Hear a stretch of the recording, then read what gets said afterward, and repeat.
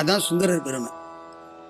அவர் என்ன நினைக்கிறார், ஏர்கோனார் ஈஸ்வரையே கும்பிட்டு இருக்கிறவர், ஈஸ்வரையே கும்பிட்டு இருக்கிற ஏர்கோனார் என்னையும் கொஞ்சம் சிந்திச்சு நினைச்சார்னா அது வசையல்ல வாழ்த்து, அது பழியல்ல பாராட்டு. இப்படி நினைக்கிறதுக்கு எவ்வளவு பெரிய மனம் வேணும். நம்மளாம் நினைப்போமா? யாராவது ஏதாவது சொன்னா கட்சி கட்டிக்கிட்டு சண்டைக்கு போகதான் நம்ம உள்ளு தூண்டும்.